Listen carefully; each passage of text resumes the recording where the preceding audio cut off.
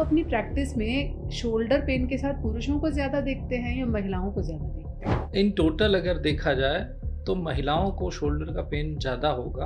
अगर घर में भी कोई सामान उठाना है तो कहता है अरे ज़रा भैया को बुलाओ, पापा को बुलाओ। फ्रोजन शोल्डर हम बहुत लेमन टर्म में जैसे आपने कहा हम सुनते भी हैं, उसके सिम्टम्स क्या होंगे? फ्रोजन शोल्डर का ट्रीटमेंट है एक्सरसाइज एक्सरसाइज एक्सरसाइज। अगर आप एक्सरसाइज करेंगे तो आप 1.5 से 2 महीने में ठीक हो सकते हैं। आप एक्सरसाइज नहीं करेंगे तो 1.5 साल में भगवान अपने आप ठीक कर ही देगा। तो क्या ऐसे लोग जो रेगुलरली एक्सरसाइज करते हैं उन्हें फ्रोजन शोल्डर नहीं होगा? यूजुअली नहीं होगा। अगर आपको डायबिटिक है तो आपको हो सकता है। मैं पहले एक्सरे कराता हूँ, मैं फिर भी बहुत एक्सरे सारे कराता डॉक्टर सीधे एमआरआई वो कराते हैं। वो उनकी चॉइस हो सकती है, मेरी चॉइस नहीं, मेरे को नहीं पढ़ाया गया है। सेकेंड लाइन ऑफ इन्वेस्टिगेशन जो है इस एमआरआई। शोल्डर का अल्ट्रासाउंड होता है। शोल्डर डिसलोकेट हो गया या कंधा उतर गया, तो आपने कोई भी फोर्स लगाया, गिरे तो ये उतर गया, इधर उधर हो गया। इधर जॉइंट से हट के आ गया। कुछ लोग पहलवान से कंधा ठीक करा लेते हैं। It's a training, it's a trick. आपके पास कोई ऑप्शन नहीं तो आप जाइए। और सबसे बड़ी चीज़ ये है कि medical science is science of faith. आपको जिस पे भरोसा उस पर जाइए। कितने दिन वो आपको फॉलो करे, एक्सरसाइज करे, तो एक उम्मीद लगानी चाहिए कि इतने दिन में उनको सिग्निफिकेंट आराम आ जाए। मेरे पास मैक्सिमम 4 विजिट और वो ठीक हो जाएगा। मैं अपने पर्चे पे लिखता हूँ फॉलो मी और फॉरगिव। कोई बहुत डिफरेंट टाइप का होता है तो मैं फॉरगिव मी लिख देता हूँ।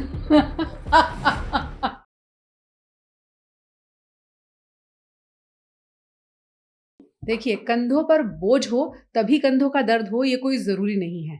कंधों का दर्द कई बार किसी बीमारी की वजह से और कई बार उम्र की वजह से भी हो सकता है।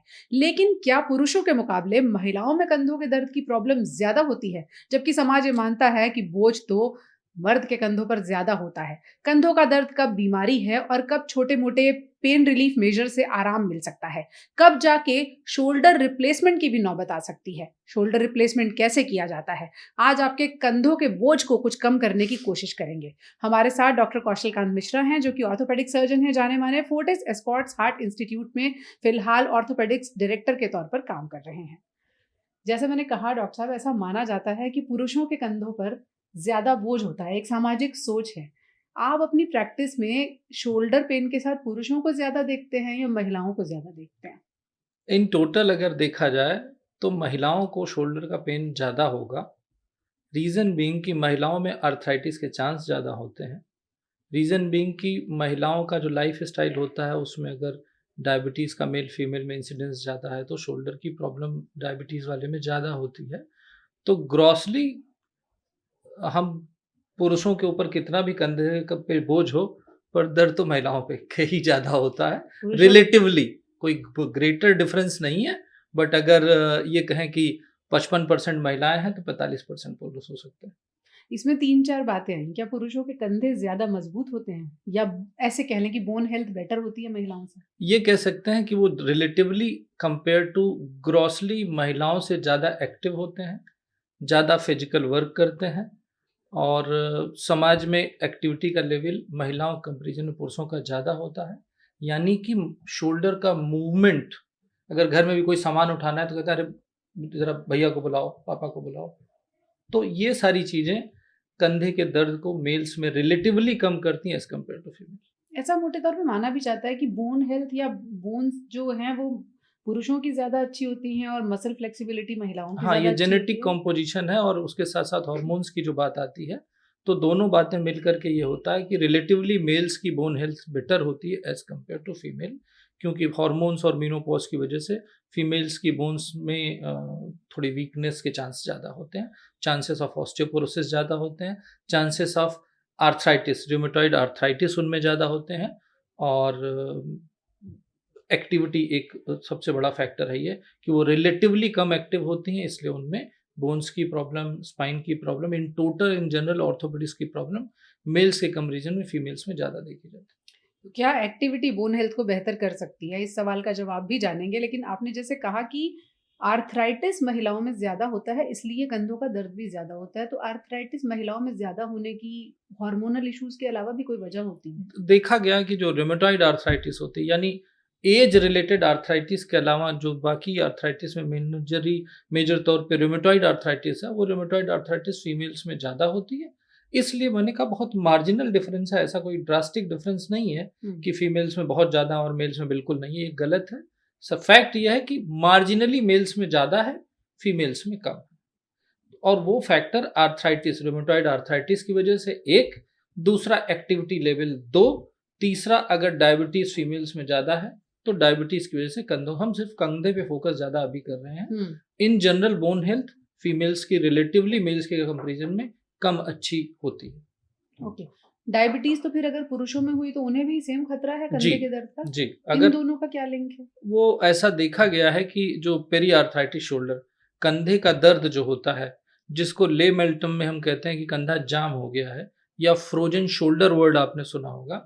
फ्रोजन शोल्डर में कंधे का मूवमेंट सारे डायरेक्शन में रिस्ट्रिक्ट हो जाता है, उसको हम frozen shoulder in general layman language में बोलते हैं। उसके कॉज अलग अलग हो सकते हैं, बट फ्रोजन शोल्डर, जिसको हम मेडिकल टर्म में पेरी आर्थराइटिस शोल्डर बोलते हैं, वो सबसे कॉमनेस्ट कॉज ऑफ पेन है शोल्डर पेन का।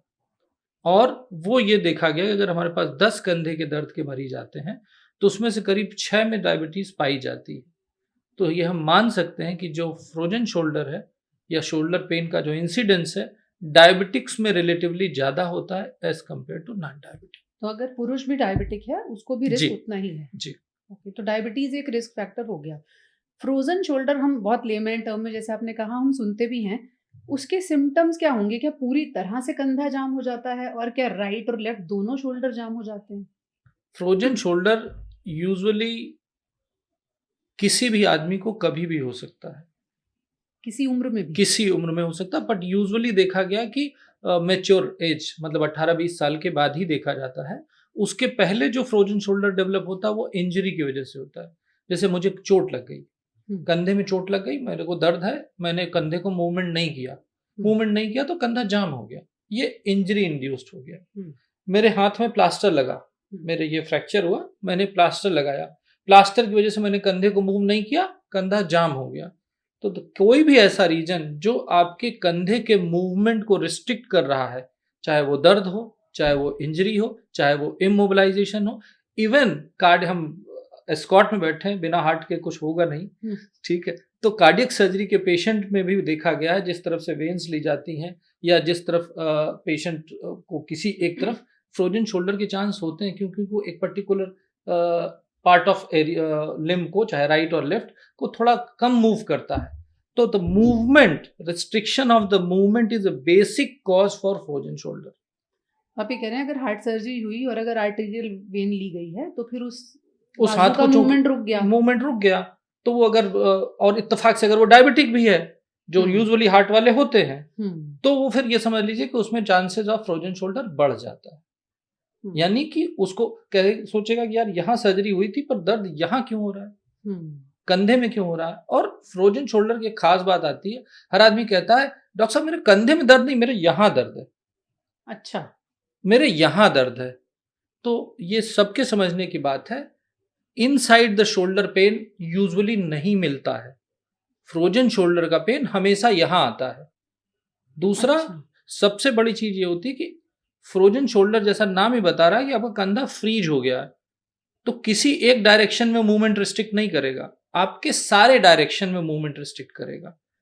पैन रिस्ट्रिक्शन ऑफ मूवमेंट बोलते हैं, यानी कि आप हाथ भी ऊपर पूरा नहीं उठा पाओगे, साइड से नहीं उठा पाओगे, पीछे भी नहीं ले जा पाओगे, ऐसे भी नहीं कर, सारे डायरेक्शन का मूवमेंट जब एक साथ कम होना शुरू होता है उसको फ्रोजन शोल्डर, और ये ग्रेजुअली होता है। और इसका पेन नेक में भी आता है? इसका पेन पूरे इस एरिया में, राइट हेमीथोरेक्स तक आता है, neck, back of the shoulder, front of the shoulder, arm, even कभी कभी यहां तक भी आता है, एल्बो के नीचे भी, बट बहुत कम। बट मेजर ये मान के चलिए कि एल्बो के ऊपर, फ्रंट ऑफ द चेस्ट, गर्दन के नीचे, कान तक और शोल्डर के पीछे तक फ्रोजन शोल्डर का पेन आता है। ये अर्ली स्टेज में थोड़ा रिस्ट्रिक्शन होता है, जिसको आदमी अवॉइड करता है, उसको लगता है कुछ हो गया, उसको थोड़ा सा रिस्ट्रिक्शन होता है तो कहता है अच्छा दर्द हो रहा है, इतना करने पर उसके आगे वो मूव नहीं करता। तो होता क्या है कि आपका पहले जो 60 डिग्री मूवमेंट है वो 50 से 40 से धीरे धीरे कम हो जाता है। फिर पेशेंट कैसे आता है, ऐसे आता है, मतलब वो उसका मूवमेंट कैसा होता है, ऐसा होता है, मतलब कंधा मूव नहीं कर रहा है, बॉडी मूव कर रही है। ये फ्रोजन शोल्डर होता है। और यूजुअली अब फ्रोजन शोल्डर जो इडियोपैथिक फ्रोजन शोल्डर होता है, यानी कि कंधा ऐसे ही जाम हो जाता है बिना किसी कॉज के, वो यूजुअली 1 साल से 1.5 साल में अपने आप ठीक हो जाता है। अपने आप ठीक हो जाता है, लेकिन रेजिडुअल रिस्ट्रिक्शन ऑफ मूवमेंट सारे डायरेक्शन में लेस देन 5 डिग्री का हो जाता है। यानी कि जैसे हमारा हाथ ये ऐसा है और हमने 1.5 साल बिना इलाज करके फ्रोजन शोल्डर को रखा, तो मूवमेंट तो आ जाएगा बट वो थोड़ा सा कम होगा। पर मतलब इतना अच्छा नहीं उठेगा, पर थोड़ा थोड़ा सा सा हाँ, बट आपका वो जो 1.5 साल, 1 से 1.5 साल या 9 महीने से 1.5 साल का जो समय, वो बहुत पेनफुल होता है। इसमें होता क्या है, आप सोचिए, आप सर को खुजा नहीं पा रहे, कोम नहीं कर पाते लोग, आप कंघा नहीं कर पा रहे, कपड़े पहनने आप कपड़े नहीं पहन पा रहे हो, आप अपनी पीठ को नहीं खुजा पा रहे हो, आप साबुन लगाते हुए पूरे शरीर में सोप नहीं लगा पा रहे हो। और सबसे ज्यादा पेनफुल जो होता है वो नाइट में जो पेन होता है, यानी कि जब आप सोए हुए हैं और अचानक नींद खुल गई। क्यों? क्योंकि आपको फ्रोजन शोल्डर है। अगर आपकी नींद शोल्डर पेन से डिस्टर्ब हो रही है, इसका मतलब you are having the severe grade of frozen shoulder. कई लोगों को उस करवट सोने में भी दिक्कत होने लगती है। बिल्कुल, उस करवट लोग सोना अवॉइड करते हैं। तो अगर आपके नाइट का जो सोने का टाइम है, उसमें आपके कंधे का दर्द दिक्कत दे रहा है, तो you should go to your doctor. Frozen shoulder के उसके बाद क्या होगा कि कॉज आइडेंटिफाई किए जाते हैं। कॉज में पहला कॉज इडियोपैथिक, अपने आप बिना कोई कॉज नहीं निकलेगा, बट कंधा जाम हो गया, हो सकता है। ए। सेकेंड, चोट लग गई। बी, कोई सर्जिकल प्रोसीजर हुआ जिसकी वजह से आपका एक पर्टिकुलर कंधा इमोबिलाइज हुआ। डी, शुगर वाले पेशेंट, और किसी भी वजह से शोल्डर में इंजरी हुई है, तो फ्रोजन शोल्डर हो जाए। बैडमिंटन खेलते हुए स्पोर्ट्स इंजरी, लोग पंजा लड़ाते हैं, रेसलिंग में किसी भी वजह से कंधे में इंजरी हुई तो फ्रोजन शोल्डर हो सकता है। फ्रोजन शोल्डर का ट्रीटमेंट है एक्सरसाइज, एक्सरसाइज, एक्सरसाइज, एक्सरसाइज और एक्सरसाइज। लेकिन जब कंधा हिल ही नहीं रहा तो उसमें एक्सरसाइज कैसे करें? उसमें जो हम सबसे पहले तो, अगर कोई पेशेंट आता है तो हमारा रोल ये है एज ए डॉक्टर कि हम पता करें कि what is the cause of frozen shoulder. अगर कोई कॉज नहीं है तो उसमें डॉक्टर अपने एक्सपीरियंस के हिसाब से मेडिसिन प्लस एक्सरसाइज बताता है। अच्छा, यूजुअली मैं अपने पेशेंट को, अगर कोई पेशेंट आ रहा है और उसको नाइट क्राइज है, यानी रात में उसको तकलीफ हो रही है, रात में नींद खुल रही है, तो मुझे ये इनडायरेक्ट इंडिकेशन क्लिनिकली देता है कि ये मेडिसिन से ठीक होना डिफिकल्ट है, तो मैं उसके कंधे में स्टेरॉइड का इंजेक्शन देता हूँ जिससे वो ठीक हो जाता है। बहुत लोग स्टेरॉइड का नाम सुन के ऐसा लगता है जैसे बॉम्ब ब्लास्ट होने वाला है। ऐसा डरने की जरूरत नहीं, क्योंकि हम स्टेरॉइड खाने के लिए नहीं दे रहे। हम जो स्टेरॉइड खाते हैं वो पूरी बॉडी में फैलता है। जब हम कंधे के अंदर जॉइंट में स्टेरॉइड देते हैं तो आपकी बॉडी में स्प्रेड नहीं करता, वो कंधे तक ही सीमित रहता है। और लॉन्ग टर्म मेडिसिन से वो 1 या 2 डोज ऑफ स्टेरॉइड का देना बेहतर है। 1 होगा या 2 होगा, यूजुअली 1 या 2 इंजेक्शन में मेरे पर्सनल पेशेंट्स जो हैं 95% सक्सेसफुल हो जाते हैं, ठीक हो जाते हैं। एक बार लग के फिर दर्द चला जाता है, क्या होता है? नहीं, उससे पेन खत्म हो जाता है, इन्फ्लेमेशन कम हो जाता है, मूवमेंट बढ़ जाता है।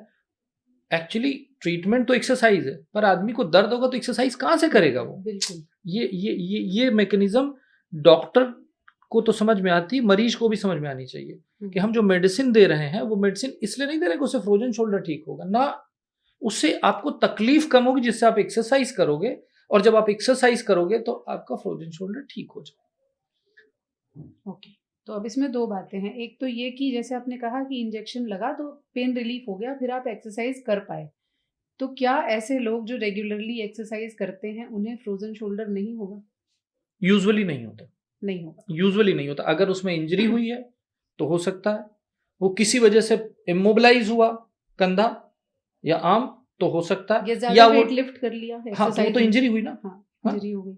अगर आपको डायबिटिक है तो आपको हो सकता है, अदरवाइज आप अगर एक्सरसाइज कर रहे हैं, बैडमिंटन खेल रहे हैं, सारी एक्टिविटी कर रहे हैं, तो आपको फ्रोजन शोल्डर होने के चांसेस कम है। अब अगर मेरे पास कोई पेशेंट आया ओपीडी में और वो कहता है कि मेरे को 6 महीने से कंधा जाम है, तो मैं पहले एक्सरे कराता हूँ। एक्सरे ये ग्रॉसली मेरे को ये दिखाता है कि कंधे में कोई बोनी प्रॉब्लम तो नहीं है, कोई जॉइंट का प्रॉब्लम तो नहीं है। और ऑर्थोपेडिक्स का प्रिंसिपल है कि आप किसी भी दूसरे इन्वेस्टिगेशन पे जाने के पहले first investigation, line of investigation is x-ray. वो नॉर्मल होगा, मुझे भी मालूम है कि 90% शोल्डर, फ्रोजन शोल्डर में नॉर्मल होता है, पर फिर भी एक्सरे मेरे लिए जरूरी है एज ए क्या देखते हैं क्लिनिशियन। फिर उसमें? हम उसमें देखते हैं कि बोनी कोई प्रॉब्लम तो नहीं है, कोई कोई इन्फेक्शन, ट्यूबरकुलोसिस तो नहीं है, कोई आर्थराइटिस तो नहीं है जो मुझे एक्सरे पे दिख जाएगी। आर्थराइटिस दिखेगा? दिखेगा, 100% दिखेगा, सिग्निफिकेंट, अर्ली स्टेज में।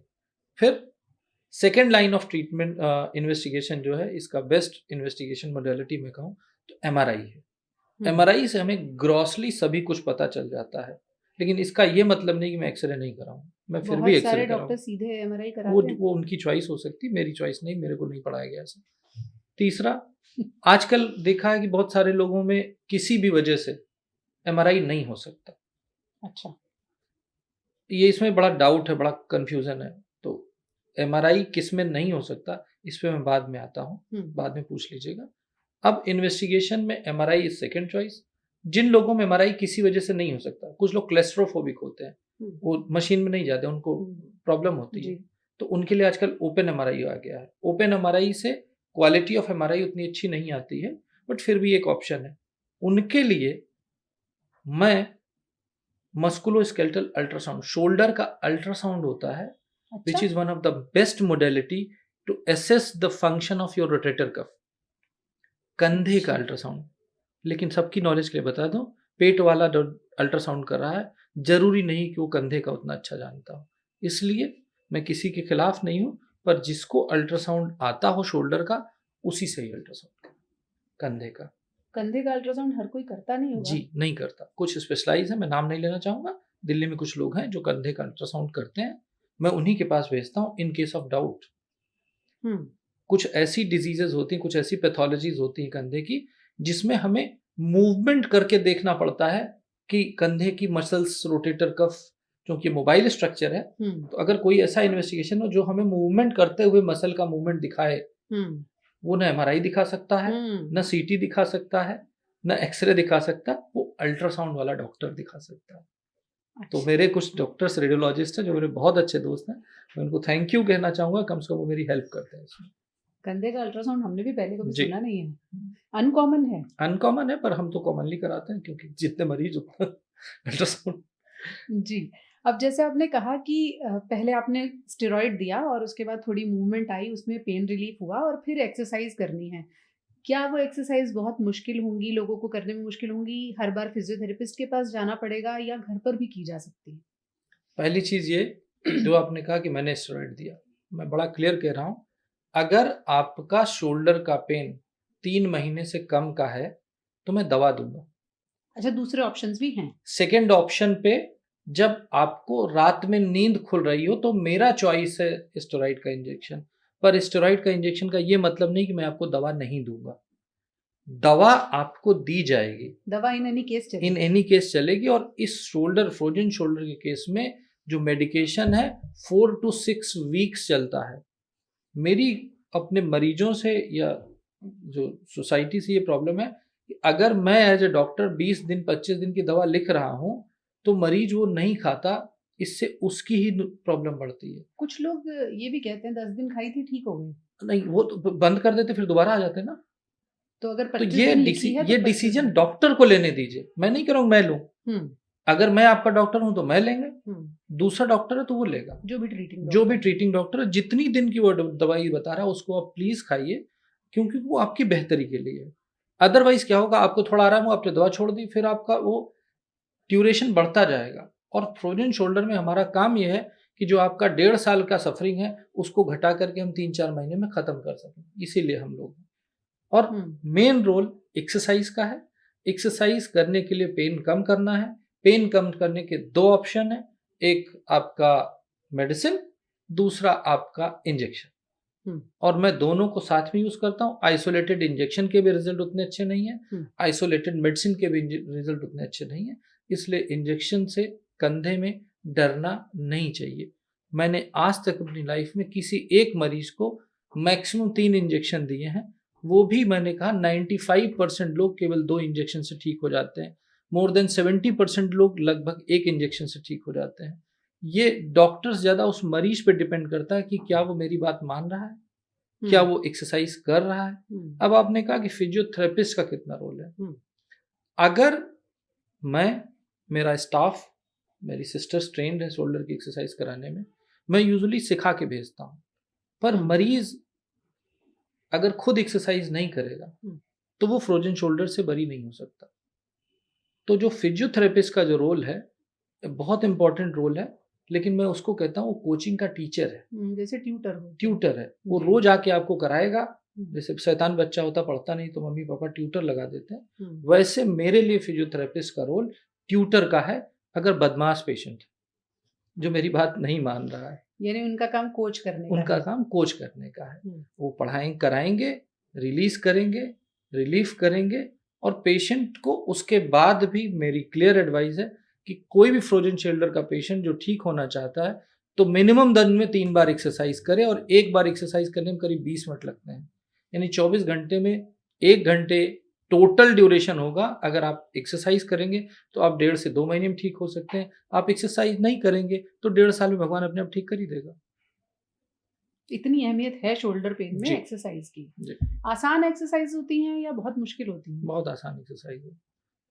मतलब अभी मैं बैठा हूं तो बता नहीं सकता जी, लेकिन अगर आप क्रिकेट खेलते हैं तो बॉलिंग में जो एक्शन होता है कंधे का पूरा कंप्लीट, आप वो एक्शन कीजिए। जो लोग हम लोग गांव में रहते थे तो चारा काटने की एक मशीन होती थी, उसमें एक हैंडल लगा होता था, उसको घुमाते थे।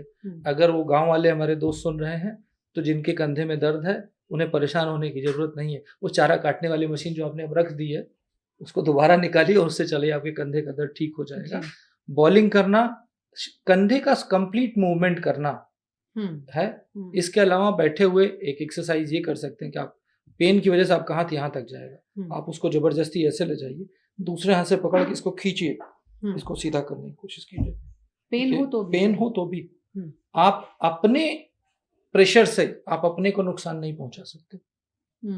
ठीक बात है। आप अपनी उंगली को टेढ़ा करके तोड़ नहीं सकते हो, कर ही नहीं सकते हो, कोई नहीं कर सकता, क्योंकि बॉडी आपको इनहिबिट कर देगा। तो कोई नुकसान दे इतना पेन सेल्फ आदमी कर ही नहीं सकता। इसलिए self exercise is better. Active exercise, जिसको हम एक्टिव कहते हैं, कि जब पेशेंट खुद करता है वो बेटर है एज कंपेयर टू कोई दूसरा करे। यानी पेन बियर करते हुए जितनी एक्सरसाइज आप कर पा रहे हैं, पेन को बियर कीजिए और करिए एक्सरसाइज। क्योंकि जैसे कि थोड़ा रेंज ऑफ मूवमेंट आज पहले दिन है, वो ग्रेजुअली डे बाय डे बढ़ता जाएगा, पर जब आप उसको एक्स्ट्रा मूवमेंट देंगे तभी वो एक्स्ट्रा बढ़ेगा। और एक इसी से बात आई कि हमने देखा कि बहुत सारे लोग हैंड में फ्रैक्चर होता है तो एक येलो कलर की बॉल दे देते हैं, वो यूं करते हैं, वो बेचारे पूरे 4 महीने तक यूं करते हैं और मेरे पास आते हैं, कहते हैं कि जी अब इससे ज्यादा नहीं हो रहा है। अच्छा, क्योंकि बॉल अंदर अगर है जी, तो एक सर्टेन लिमिट की भी उसके बाद तो मुट्ठी तो बंद होगी। फिर कहते हैं कि मैं तो वो बॉल भी दबा रहा हूँ। यहाँ पे आपको ये समझना है कि बॉल का रोल अर्ली स्टेज में है। अच्छा, हफ्ता 10 दिन, हफ्ता जितना भी, जब इतना मूवमेंट हो जाए तो बॉल को हटा दीजिए, फिर अपने आप से। फिर क्या करिए, अपनी बीवी का पल्लू या उसका दुपट्टा लीजिए, उसको दोनों हाथ से पकड़िए और खींचने की कोशिश कीजिए। तो जब आप ग्रिप करेंगे, कंप्लीट ग्रिप करेंगे, तो ये ग्रिपिंग आना जरूरी है। बॉल में वो ग्रिपिंग नहीं आती, एक लिमिट के बाद वो रुक जाती है। तो जो लोग येलो बॉल पे डिपेंडेंट है, येलो बॉल इज टेम्परेरी। जब आप यहाँ पे थे, जब आप यहाँ पे आ चुके हैं तो येलो बॉल बाहर फेंक देनी चाहिए। फिर वो लोगों को आराम ही दे रही होती है। हाँ, वो उनको इजी है, लेकिन मुट्ठी नहीं बनती। अगर मुट्ठी बांधना है तो आपको मुट्ठी बांधने की एक्सरसाइज करनी। In the same way shoulder में रेंज ऑफ मूवमेंट कंप्लीट लाना है तो आपको बॉलिंग करनी है, आपको अपने आर्म पिट को दीवार से टच करना है। सबसे अच्छा एक्सरसाइज है कि आप मिरर के सामने खड़े हो, दोनों कंधों को मूवमेंट एक साथ ऊपर ले जाएं, साइड में ले जाएं। आप देखेंगे कि आप जिस कंधे में फ्रोजन शोल्डर है उसका मूवमेंट आपको मिरर पे नजर आएगा कि आप ठीक नहीं कर पा रहे हो। तो दोनों हाथों को कंपेयर कीजिए, आप अपने आप ठीक हो जाएंगे।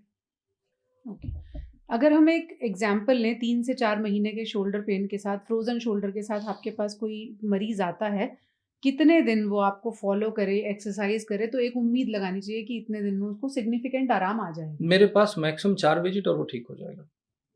और 4 विज़िट कितने दिन में होंगे? 1 महीने से 1.5 महीने।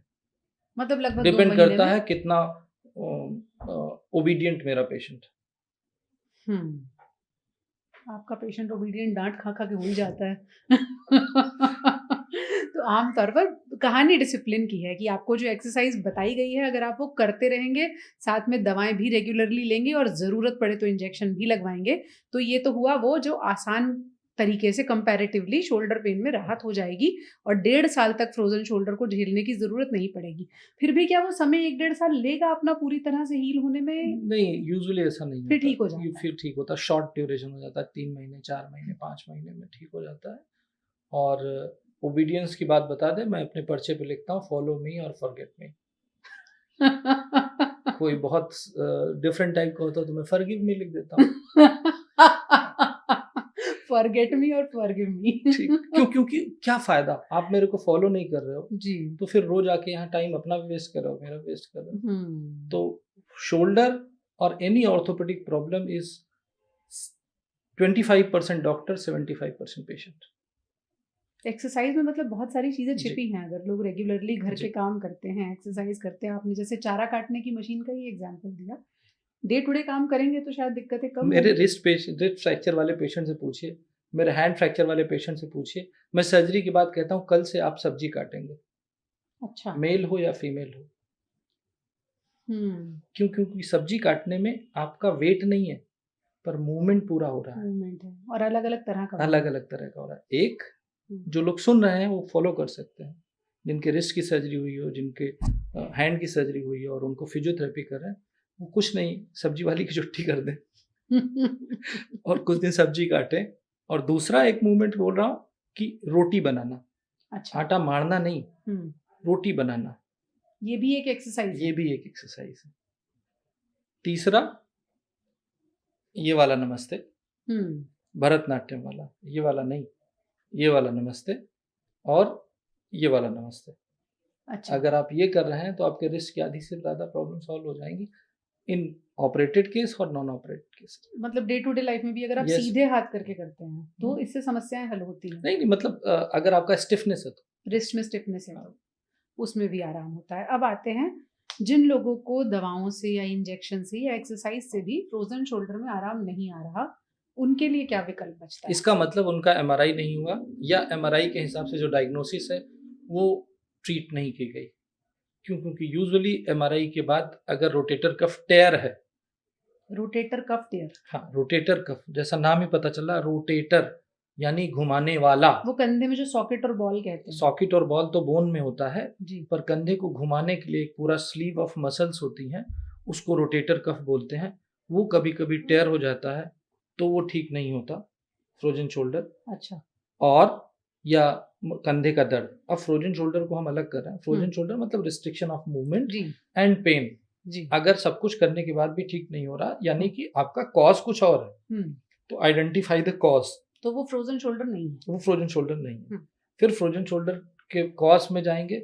मान लीजिए कि रोटेटर कफ टेयर है, हुँ, सारे मूवमेंट हो रहे हैं, एक डायरेक्शन मूवमेंट नहीं हो रहा, हुँ, सब कुछ कर पा रहे हैं, हम थ्रो नहीं कर पा रहे हैं। Hmm, restriction of your shoulder movement in particular direction, hmm. In particular movement, वो ये बताता है कि आपके रोटेटर कफ में कोई प्रॉब्लम है।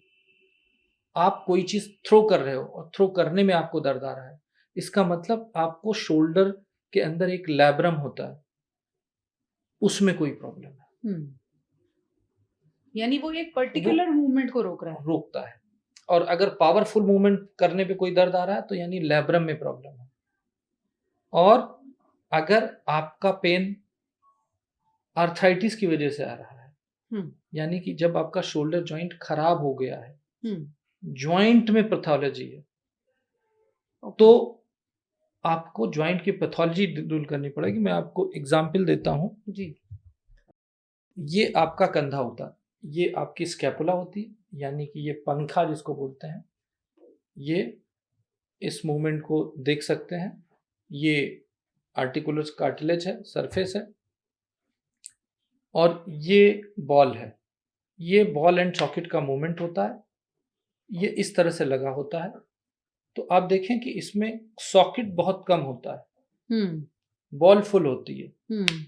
इसके कंपैरिजन में अगर हम हिप बॉल को देखें तो हिप बॉल में सॉकेट बड़ा होता है वो पीछे और रखी है ना, बॉल छोटा होता है। दिख रही है आप देख सकते हैं उसका कप ज्यादा बड़ा होता है, इसीलिए हम शोल्डर का मूवमेंट और हिप मूवमेंट में हिप का मूवमेंट रिस्ट्रिक्टेड होता है क्योंकि कप बड़ा होता है, बॉल पूरी अंदर होती है। अच्छा, ओके, इसलिए उसका मूवमेंट रिस्ट्रिक्टेड है। इसीलिए शोल्डर जो है लगभग 360 डिग्री घूम हाँ, और शोल्डर 360 मूवमेंट करता है क्योंकि उसका कप छोटा है और बॉल बाहर है।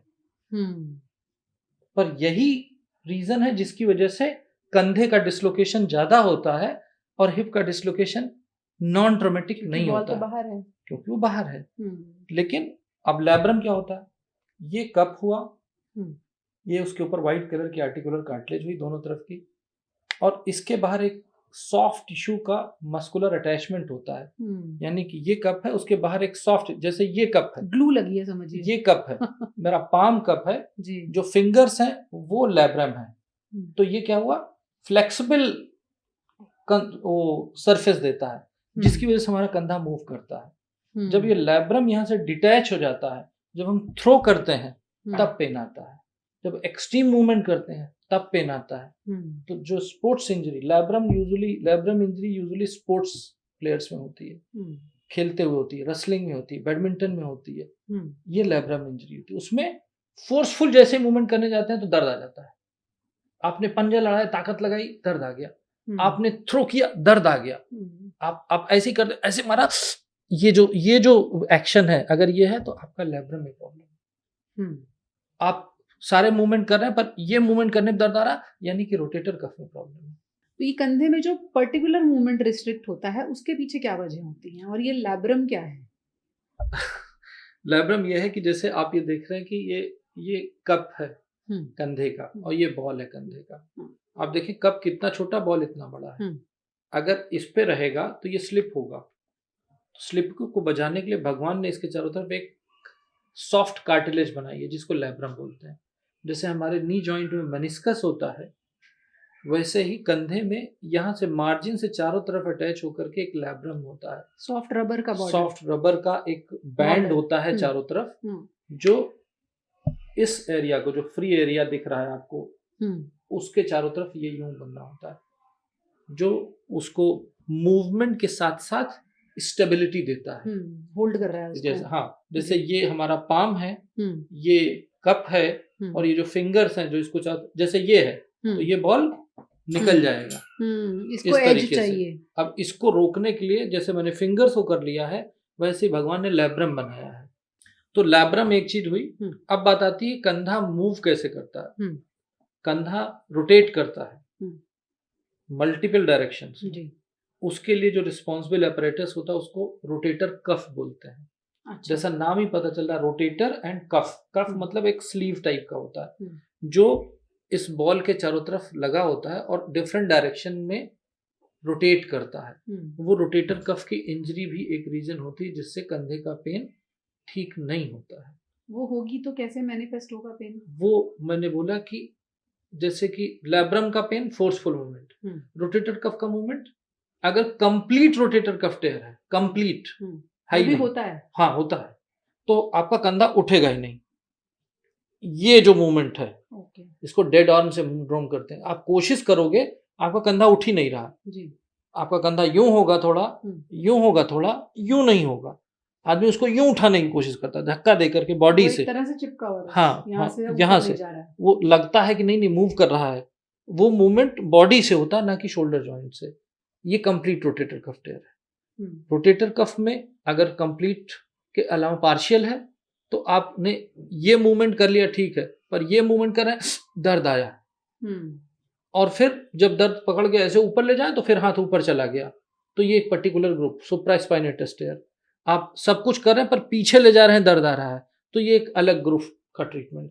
क्योंकि रोटेटर कफ में 4 मसल्स इन्वॉल्व होती हैं। किसी भी एक का टेयर होगा तो जो मूवमेंट वो मसल कर रही है उस मूवमेंट में पेन होगा। पर्टिकुलर मूवमेंट में शोल्डर में पेन आ रहा है, रोटेटर कफ फोर्स के साथ मूवमेंट में पेन फोर्सफुल मूवमेंट में पेन आ रहा है तो लेब्रम, हम्म, सारे मूवमेंट में पेन आ रहा है तो आइदर आर्थराइटिस और पेरी आर्थराइटिस फोर्ड शोल्डर। आप खुद डायग्नोज कर सकते हैं आपको प्रॉब्लम क्या है। जब ये डायग्नोसिस मेरे दिमाग में बन जाती है तब मैं एक्सरे कराता हूँ, तब मैं एमआरआई कराता हूँ, ये कंफर्म करने के लिए कि जो मैं सोच रहा हूँ या जो क्लिनिकली हमें मिला वो ठीक है। वही है। एक्सेप्शंस इसमें सबके लिए बता देता हूँ।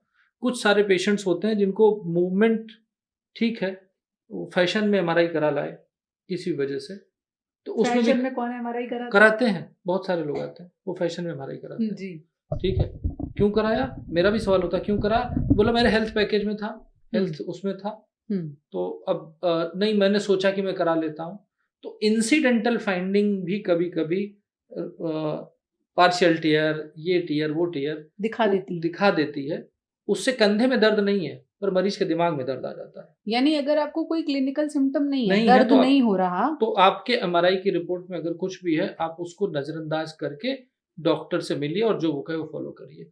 बिना दर्द के किसी भी इन्वेस्टिगेशन की कोई वैल्यू नहीं इन ऑर्थोपेडिक्स। अच्छा, बड़ा क्लियर बता रहा हूं। ओके। तो अगर एमआरआई में आ रहा है और कंधे में कोई दर्द नहीं है, वो भी कुछ सजेस्ट करेगा या वो ओकेजनल नहीं। फाइंडिंग है? एंजॉय कीजिए जिंदगी को। ओके। अब इससे पहले कि कंधे की सर्जरीज में क्या विकल्प होते हैं उस पे जाएं। एक बहुत कॉमन टर्म हम सुनते हैं, शोल्डर डिसलोकेट हो गया या कंधा उतर गया। जी, ये क्या होता है? और कई बार लोग कहते हैं हम खुद ही ठीक कर लेते हैं, इसको थोड़ा समझाएं। नॉर्मली जो शोल्डर का डिसलोकेशन होता है 99% ऑफ द टाइम इंजरी की वजह से होता है, गिरे और कंधा उतर गया। अच्छा। बड़ा सिंपल है, जैसा मैंने बताया, चूंकि इसका कप छोटा होता है, बॉल बड़ा होता है, तो आपने कोई भी फोर्स लगाया, गिरे तो ये उतर गया, इधर उधर हो गया, इधर उधर ज्वाइंट से हट के आगे आ गया। ऐसा होता है? ऐसा होता है। आप हमारे आपसे सीखा ट्विटर पे जाएं, शोल्डर का डिसलोकेशन कैसे रिड्यूस करते हैं, कोई भी कर सकता है, वो मैंने उसमें दिखाया हुआ जस्ट 30-40 सेकेंड्स में। अच्छा जी, ठीक। बट वो ये है कि केवल एंटीरियर डिसलोकेशन शोल्डर का आगे की तरफ होता था एंटीरियर, पीछे की तरफ होता था पोस्टीरियर, नीचे की तरफ होता था इंफीरियर, सुपीरियर होना चांस नहीं होता, बट फ्रैक्चर हो जाए तो हो सकता है। 90% के आसपास डिसलोकेशन एंटीरियर होते हैं, आगे की तरफ आ जाता है, और बहुत कम डिसलोकेशन ऐसे होते हैं जिसमें फ्रैक्चर भी हो जाता है, either there is a fracture of ball और फ्रैक्चर ऑफ कप, तो ये ट्रॉमेटिक होता है। अब जो आप कह रहे हैं कि कुछ लोग कहते हैं हमने खुद ही चढ़ा लेते हैं, उसको बोलते हैं हैबिचुअल डिसलोकेशन। ऐसा भी होता है? ऐसा भी होता है। कुछ बच्चे जो होते हैं, कुछ यंगस्टर्स होते हैं जो जिनकी हाइपर इलास्टिसिटी होती है, एक हाइपर इलास्टिक सिंड्रोम होता है। आपने देखा होगा हमारी उंगली इतनी हुई, कुछ लोग होते हैं दिखाते हैं उनकी उंगली यहाँ तक आ जाती है, तो वो लोग क्या करते हैं कि उनका कंधा डिसलोकेट करता है। आपने कभी देखा होगा रेड लाइट पे कुछ लोग होते हैं वो बिल्कुल यूं घुमा करके बच्चे यूं निकालते हैं, वो हाइपर इलास्टिक है, ठीक। या वो उन्होंने एक्सरसाइज से अपने आप को इतना ट्रेन कर लिया है कि वो जैसे जिम्नास्ट्स हैं, योगिक हैं, हाँ, एक हैबिचुअल डिसलोकेटर ये होता है कि वो खुद ही चढ़ाता है और खुद ही उतारता है, खुद ही चढ़ाता है खुद ही उतारता है। सेफ है ये ऐसा करना? ऐसे लोग कुछ साइकोलॉजिकल इश्यू से भी परेशान होते हैं, पर जो हैबिचुअल डिसलोकेटर्स होते हैं अगर उनका पेन नहीं है तो उसमें सर्जरी नहीं करनी चाहिए। अच्छा, क्योंकि वो हैबिचुअल है। अगर पेन नहीं है तो कोई सर्जरी, उतरा है फिर वापस फिट अपने आप चढ़ा लेना तो ठीक है। अगर उसको प्रॉब्लम नहीं है, उसको पेन नहीं है, तो बेटर अवॉइड। कुछ लोग पहलवान से भी कंधा ठीक करा लेते हैं, उनको भी आता होगा फिर?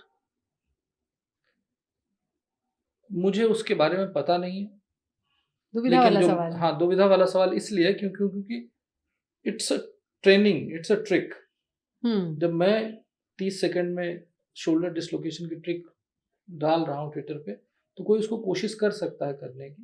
अब वो लक बाई चांस है, आप अच्छे पहलवान के पास गए तो ठीक हो सकते हैं, पर ज्यादातर लोग खराब करके ही मेरे पास आए हैं। तो ऐसा नहीं करना चाहिए, ऐसा अवॉइड करना चाहिए। आपके पास कोई ऑप्शन नहीं तो आप जाइए। और सबसे बड़ी चीज ये है कि medical science is science of faith. आपको जिस पे भरोसा उस पे जाइए। 35% चांस है कि आप ठीक हो ही जाएंगे, जिसको हम प्लेसिबो इफेक्ट बोलते हैं। जी, प्लेसिबो भी बहुत काम करता है वैसे। उसके बारे में फिर कभी बात करेंगे। अब आते हैं वापस कंधे की सर्जरीज पर। जिन केसेस में कंधे की सर्जरी की नौबत आ ही जाती है, फिर वहाँ क्या ऑप्शंस अवेलेबल होते हैं? अगर कोई ट्रोमेटिक डिसलोकेशन है शोल्डर का, हम्म, चोट लगी और कंधा उतर गया, हम्म, तो सर्जरी होगी। होगी। फ्रैक्चर है, सर्जरी होगी। हम्म, कभी कभी ये सब लोगों के ध्यान रखने की बात है। मेरा बेटा है, 14 साल का है, खेलने गया, उसका कंधा उतर गया। मैंने MRI कराया, उसमें 100 प्रॉब्लम आई, पर no surgery if there is no fracture. सिर्फ कंधा उतरा है। सिर्फ कंधा उतरा है, उतर के वो अपनी जगह आ गया। फर्स्ट डिसलोकेशन जो बिना फ्रैक्चर के है, तो उसमें सर्जरी नहीं करनी चाहिए, रिहेबिलिटेट करना चाहिए। पेशेंट्स को मालूम होना चाहिए कि उनका एक बार कंधा उतरा है तो दोबारा उतर सकता है। 80% पेशेंट्स में अगर वो एथलीट नहीं है, अगर वो स्पोर्ट्स पर्सन नहीं है, तो नहीं दोबारा उतरता। 20-25% में दोबारा उतरता है। पर अगर किसी का कंधा 2 बार या उससे ज़्यादा उतरा है तो सर्जरी इज मैंडेटरी। अच्छा, अगर ऐसा बार बार हो रहा है, मैंने 2 बार से ज़्यादा है तो surgery is mandatory. 1 bar surgery is not mandatory. Okay. Fracture है, सर्जरी इज मैंडेटरी। फ्रैक्चर नहीं है और फर्स्ट एपिसोड है तो ऑब्जर्वेशन, रिहेबिलिटेशन। फ्रैक्चर नहीं है और 2 या 2 से ज्यादा डिसलोकेशन हो गए हैं, सर्जरी। ये तो हुआ उतरने और चढ़ने का खेल। ठीक है। अब बात आते हैं कि तो मैंने बताया था लैब्रम, जी, नेहरा था ना बॉलर, आशीष नेहरा। उनमें फोर्स के साथ थ्रो करते हैं, एक जो जवेलियन थ्रो करते हैं, उसमें जब थ्रोइंग मूवमेंट में पेन आ रहा है, यानी लैब्रम अपनी जगह से उखड़ गया है। होता क्या है कि इसके चारों तरफ ये लैब्रम चिपका होता है, वो एक पर्टिकुलर एरिया से उखड़ जाता है। तो उसमें जब थ्रो करते हैं तब दर्द आता है, फोर्सफुल मूवमेंट में दर्द आता है। तो उसको ऑर्थ्रोस्कोपिकली दूरबीन से फिक्स किया जाता है। बहुत सारे लोग कंफ्यूज होते हैं, लेजर, शोल्डर में लेजर सर्जरी नहीं होती है, दूरबीन से सर्जरी होती है। उसको बहुत लोग मिसनॉमर हैं जिसको वो लेजर का नाम देते हैं। दूरबीन से सर्जरी होती है जिसको ऑर्थ्रोस्कोपिक सर्जरी बोलते हैं, और ऑर्थ्रोस्कोपी से लैब्रम को फिक्स किया जाता है। ऑर्थ्रोस्कोपी से जो 2 बार से ज्यादा डिसलोकेशन वाले पेशेंट हैं उनको ठीक किया जाता है। अब तीसरी चीज आती है रोटेटर कफ टेयर, जिसमें बिल्कुल कंधा, एक कंप्लीट रोटेटर कफ जिसमें कंधा उतर गया है, मतलब कंधे का मूवमेंट नहीं हो रहा, या पार्शियल रोटेटर कफ टेयर की एक पर्टिकुलर मूवमेंट में ही पेन होता, बाकी मूवमेंट पेन फ्री है जी। या रोटेटर कफ वाले पेशेंट की एक खास बात होती है, जब वो रात में सोते हैं तो उनको दर्द आता है। जब दिन भर लटकाए हुए हैं तो दर्द नहीं आ रहा, होता क्या है कि वेट की वजह से कंधा लटक रहा है। जब आप सो जाते हैं तो आपका ये जो गैप है, यहाँ पे रोटेटर कफ है, इस गैप में ऐसे, अब रोटेटर कफ टेयर हो गया तो ये एरिया फ्री हो गया। जब ये फ्री हो गया तो जब आप सोते हैं तो ये इसको टच करता है, बोन टू बोन टच होता है, तो आपको रात में नींद खुलती है। वो स्लीपिंग पोजीशन में ही होगा, वो स्लीपिंग पोजीशंस में ही होगा। फ्रोजन शोल्डर में भी नींद खुलेगी, लेकिन रोटेटर कफ टेयर में भी नींद खुल सकती है। अगर ऐसा है तो आपका रोटेटर कफ रिपेयर होता है। वो कैसे होता है? दूरबीन से होता है, ऑर्थोस्कोपिक सर्जरी होती है, दूरबीन से हम जाकर उस रोटेटर कफ को सिल देते हैं। रोटेटर कफ में भी बहुत वीर है हमारे देश में जो सालों बाद आते हैं, दर्द को सहन करते रहते हैं, सालों बाद आते हैं। रोटेटर कफ 1 सेंटीमीटर से ज्यादा रिट्रैक्ट हो गया। रोटेटर कफ इज मसल, अब वो यहाँ पे अटैच है, ये बॉल है, ये अटैच है, टेयर होके यहाँ आ गया। अब हम खींच के इसको बांधेंगे तो सक्सेस रेट कम होगा। 1 सेंटीमीटर से ज्यादा, मतलब 1 इंच से ज्यादा अगर रिट्रैक्शन है तो 100% फेल होगा। अच्छा, फिर कामयाब नहीं होगा। तो ये सर्जरी से पहले देखा जा सकता है? ये सर्जरी से पहले देखा जाता है। MRI में हम देखते हैं कितना रिट्रैक्शन है, उसके हिसाब से हम डिसाइड करते हैं कि रोटेटर कफ रिपेयर करें या रिवर्स शोल्डर रिप्लेसमेंट करें। रिवर्स शोल्डर रिप्लेसमेंट, हाँ, वो दूसरा चैप्टर है, अभी बाद में चलते हैं। तो रिट्रैक्शन ये डिसाइड करता है कि रोटेटर कफ के रिपेयर की प्रोग्नोसिस क्या होगी। यूजुअली 50 साल से कम में हम रिपेयर करना पसंद करते हैं। रिट्रैक्शन कितना भी हो, we try to repair it, हम सिलते हैं उसको, उसमें कामयाबी मिलती है। उसमें कामयाबी मिलती है। ठीक, अब इसको मतलब अगर 50 साल से कम है और रोटेटर कफ रिट्रैक्टेड है लेकिन 1 इंच से कम है, 2.5 सेंटीमीटर से कम रिट्रैक्टेड है, तो हम उसको रिपेयर ही करते हैं। या हम पेशेंट को समझा देते हैं कि देख भाई रिपेयर तो हम कर रहे हैं लेकिन ये चांस है कि ये फेल हो जाए। इसको यूं समझिए कि अगर हमारा नई शर्ट है वो फट गई तो हम उसके धागे से हम सिलते हैं और फिर खींचते हैं तो यूजुअली दोनों ठीक रहता है। पर अगर पुरानी शर्ट है, फट गई, हमने उसमें धागा लगाया तो धागा नया है, शर्ट पुरानी है, स्ट्रेच हुआ तो नई जगह से फट गई। इसी तरह से रोटेटर कफ भी एक जगह हमने रिपेयर किया और जो महान लोग आते हैं कई सालों बाद रिपेयर कराने, उनमें अगर किया तो उनमें रीटेयर के चांसेस होते हैं। फिर वो डॉक्टर को ब्लेम करते हैं कि देखो उसने सर्जरी कर दी। Actually it's your current situation, किस सिचुएशन आप मेरे पास आए हो, सालों से उसको लेके लाए क्या हो, हम वही तो वापस करेंगे। हम भगवान नहीं हो सकते, हम रिपेयर कर सकते हैं। रिपेयर फेल हो जाता है। अगर एज 60 प्लस है, 70 प्लस है और रिट्रैक्शन सिग्निफिकेंट है तो हम रिवर्स शोल्डर रिप्लेसमेंट करते हैं। शोल्डर रिप्लेसमेंट में एक नया मोस्ट एडवांस अगर रिप्लेसमेंट कहें रिप्लेसमेंट साइंस में जो आया है that is reverse shoulder replacement. Shoulder replacement की जरूरत किन मामलों में पड़ती है और उसके भी क्या कई अलग अलग प्रकार हैं? अब जो एक आखिरी चीज बची थी कि हमने पेरियार्थराइटिस डील कर लिया, हमने लैब्रम डील कर लिया, हमने रोटेटर कफ डील कर दिया, अब बचा शोल्डर की आर्थराइटिस, यानी कि किसी भी वजह से अगर शोल्डर का जॉइंट खराब हो गया है तो जॉइंट रिप्लेसमेंट करना पड़ेगा। जैसे नी जॉइंट खराब हो तो नी रिप्लेसमेंट, हिप जॉइंट खराब हो तो hip replacement. Third commonest replacement जो होता है ऑर्थोपेडिक्स में वो शोल्डर जॉइंट का होता है। आप ये देखिए कि जैसे ये हमारा नॉर्मल हिप शोल्डर जॉइंट है, बॉल एकदम आर्टिकुलर कार्टिलेज फर्स्ट क्लास, इधर भी फर्स्ट क्लास, ये नॉर्मल शोल्डर जॉइंट है। अर्ली शोल्डर जॉइंट में आर्थराइटिस जब होती एज के साथ, आइदर एज और रिमोटॉइड, गठिया की वजह से, किसी भी वजह से, ये देखिए इस तरह से आपके आर्टिकुलर कार्टिलेज डैमेज होने लगी, बोन एक्सपोज होने, ये रेड रेड येलो येलो दिख रहा है, ये बोन एक्सपोज हो रही है। ये जब होने लगा तो यहाँ से पेन चालू हो जाता है। कम होता है कभी होता है कभी नहीं होता है, पर यूजुअली शोल्डर आर्थराइटिस चूंकि इसमें पेन नहीं, वेट नहीं होता ना, तो शोल्डर आर्थराइटिस के पेशेंट अर्ली स्टेज में आते ही नहीं।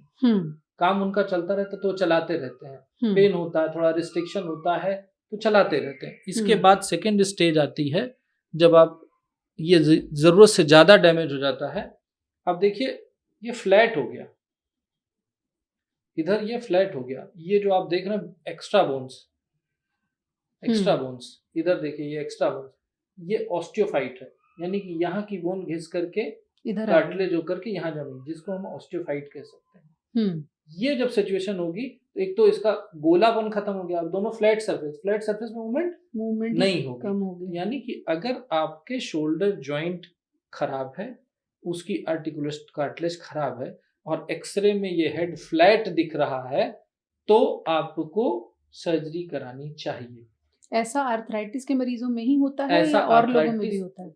रेयरली फ्रैक्चर की वजह से भी, जब बॉल फ्रैक्चर हो गया, वो तो ट्रॉमा हो गया, हाँ, तो बस वही एक रीजन है, अदरवाइज आर्थराइटिस की। अब इसमें करते क्या है, इसमें करते यह है कि आपका ये बॉल डैमेज हुआ, आपने इस बॉल को कट किया, कट करके आपने इसको ऐसा कर दिया, ये देखिए, अच्छा, ये हमने रफ सरफेस काट दी, जगह बन गई, हाँ, बॉल खत्म, फ्लैट हो गया।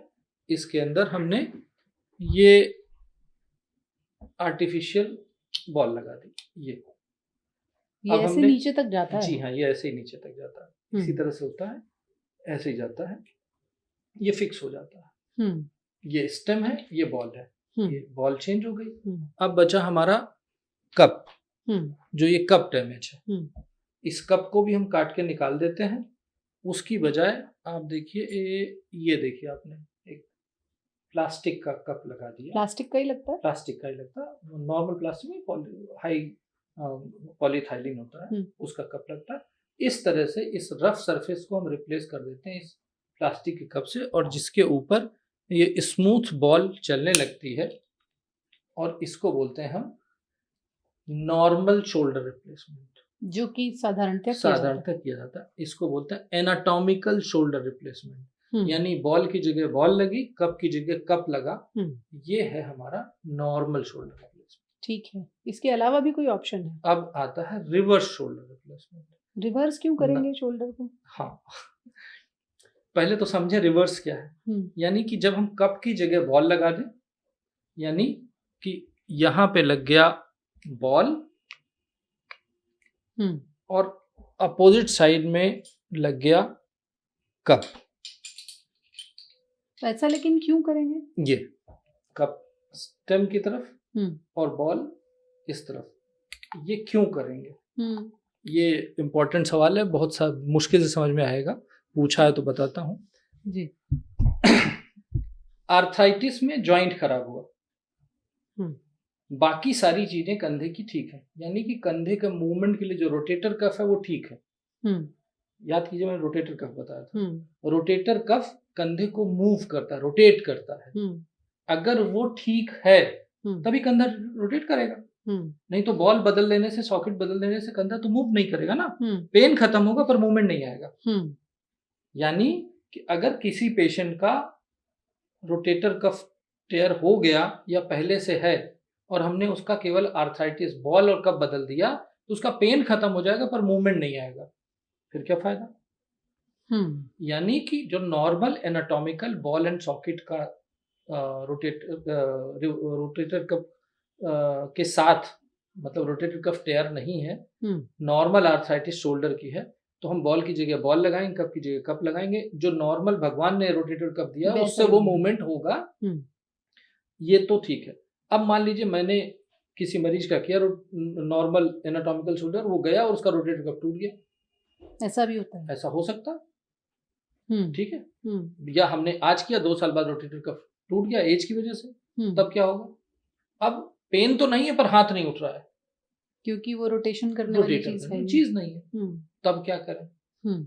इसीलिए इस पे रिसर्च हुई, रिसर्च करके ये पता चला कि रोटेटर कफ के अलावा ये जो आपकी मसल है डेल्टॉइड, जो नॉर्मली जो ये आपका कंटूर देता है शोल्डर को, वो डेल्टॉइड मसल है। वो 3 तरफ होती है, आगे की तरफ है, साइड में है और पीछे की तरफ है।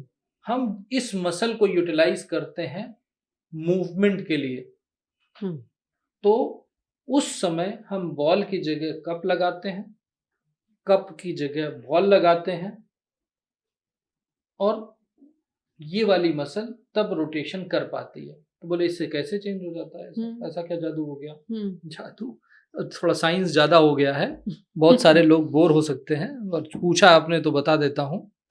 नॉर्मली रिवर्स शोल्डर हमने कम ही सुना। हाँ, नॉर्मली फिजिक्स वाले, साइंस वाले ज्यादा बेहतर समझेंगे। ये ball and socket normal anatomical shoulder है। इसका मूवमेंट का, कोई भी मूवमेंट होता है तो उसका एक सेंटर ऑफ रोटेशन होता है। वो सेंटर ऑफ रोटेशन यहाँ पे कहीं है, हवा में होता है इसका। इसको यूं समझिए कि अगर कोई छोटा बच्चा है, या हम लोगों को फिजिक्स में पढ़ाया गया है कि आप पत्थर को धक्का दे के हटाओ तो नहीं हटता, आप उसमें टॉर्क लगाओ, एक छोटा सा ईंटा रखो, लंबा सा लाठी लगाओ और यहाँ से दबा दो तो पत्थर चला जाता है। यही सेम कॉन्सेप्ट यहाँ पे लगाया गया। इसमें क्या किया गया, इसमें हमने बॉल को यहाँ लगा दिया इस तरफ, ये रहा इस तरफ, तो जो सेंटर ऑफ रोटेशन आ गया वो बाहर की तरफ आ गया। ओके। और जो कप है आपका वो इधर आ गया, तो जो बाहर की जो डेल्टॉइड मसल है वो उसको चलाएगी, वो उसको चलाने लगती है। और यही वजह है कि रिवर्स शोल्डर रिप्लेसमेंट आज के समय में जॉइंट रिप्लेसमेंट साइंसेस का मोस्ट लेटेस्ट एडवांसमेंट है, जो हम आजकल ज़्यादा प्रेफर करते हैं, क्योंकि 80 साल की उम्र में रोटेटर कफ टेयर हो सकता है, या चांसेस ऑफ ज़्यादा होते हैं। डिजेनरेशन की वजह से हो सकता है, सर्जरी के दौरान हो सकता है, सर्जरी के बाद टूट सकता है। तो आज मैं अगर कोई मेरे पास 70 साल का पेशेंट आ रहा है, अगर उसका रोटेटर कफ ठीक भी है तो मैं उसमें एनाटॉमिकल ना लगा करके रिवर्स शोल्डर लगाता हूँ, जिससे कि वो अगर रोटेटर कफ डैमेज हो तो वो दोबारा रिवाइज सर्जरी ना कराए, इसी एक सर्जरी से लॉन्ग टर्म रिजल्ट तो आता आप ये है। अज्यूम करते हैं कि उम्र के साथ रोटेटर कफ में प्रॉब्लम प्रॉब्लम आएगी, जब आएगी तो वो मैं उसको लेकर के रिवीजन शोल्डर करूं, उससे बेहतर है कि हम आज ही वो ऑप्शन लगा दें जो अवेलेबल है। कितने % केसेस में रिवर्स शोल्डर की जरूरत पड़ती है? रिवर्स शोल्डर की जरूरत आजकल जैसे मेरे प्रैक्टिस में एक तो बहुत अनकॉमन है, अगर 100 जॉइंट रिप्लेसमेंट होते हैं तो उसमें करीब करीब 75 से 80 नी जॉइंट के होते हैं, 15 तक हिप जॉइंट के होते हैं, 5 शोल्डर जॉइंट के होते हैं। उस 5 में मैं 4 रिवर्स शोल्डर करता हूँ, एक एनाटॉमिकल करता हूँ। इसका रीजन ये है कि बेटर आउटकम है, पेशेंट सेटिस्फेक्शन बेटर है, और फ्यूचर के रोटेटर कफ की प्रॉब्लम को मैंने सॉल्व कर दिया। दूसरा, रिवर्स शोल्डर में एक ये भी है कि हम कोई जैसे हमारे घर में बड़े बूढ़े होते हैं, पिताजी हैं, दादाजी हैं, गिरे और उनकी बॉल ही टूट गई, तो उस सिचुएशन में हम रिवर्स शोल्डर करते हैं। आज के समय में मेरी प्रैक्टिस में रिवर्स शोल्डर रिप्लेसमेंट आर्थराइटिस से ज्यादा मैं ट्रॉमा के केस में करता हूं, जिसमें बॉल फ्रैक्चर हो गई है। तो फिर आप साइड्स बदल देते हैं और बॉल भी बदल जाती है और पेशेंट खुश हैं, बेहतर हैं। और अनफॉर्चुनेटली रिवर्स शोल्डर रिप्लेसमेंट बहुत कॉमन नहीं है, बहुत लिमिटेड सर्जन करते हैं, भगवान की दुआ से हमारे यहाँ होते हैं। और मैं अगर पिछले 1 साल का आंकड़ा दूं तो करीब करीब 35 रिवर्स शोल्डर हमारे यहाँ हुए, मुझे लगता है ये हाईएस्ट है। ओके जी। अब चलते चलते एक सवाल जो मैं पहले भी आपसे कई बार पूछ चुकी हूँ, लोग टोटलिटी में जानना चाहते होंगे कि छोटे मोटे कंधे के दर्द में क्या करें? सिकाई कर लें, ऑइंटमेंट लगा लें, इससे कोई फायदा होगा या नहीं होगा? आपको कंधे का दर्द कल सोए आज सुबह आया, आप दर्द की गोली खाएं, उसको सिकाई करें, ठंडी सिकाई करें, एक्यूट पेन में ठंडी सिकाई करें, दर्द की गोली खाएं, 4-5 दिन वेट करें, ठीक हो जाए तो कुछ मत करें। 5 दिन बाद भी अगर दर्द बना हुआ या पहले दिन ही इतना सीवियर पेन है कि आपसे बर्दाश्त नहीं हो रहा, आप डॉक्टर के पास जाएं। एक्यूट पेन में cold PACS, pain killer and rest. उस समय फिजियोथेरेपी न करें, नहीं करनी चाहिए। एक्यूट शोल्डर पेन में कई सारे दोस्त, कई बार आपने भी कहा कि फिजियोथेरेपिस्ट हम पे ज़्यादा प्यार करते हैं, क्योंकि मैं साफ बोलता हूँ, एक्यूट पेन में फिजियोथेरेपी फंडामेंटली मेरे हिसाब से नहीं करनी चाहिए। उनको रेस्ट कराइए, उनको कोल्ड पैक्स दीजिए, उनका पेन मैनेज कीजिए, 3 से 5 दिन में आप बेहतर हो जाएंगे। और अगर आपका सीवियर पेन है तो आप डॉक्टर के पास जाइए।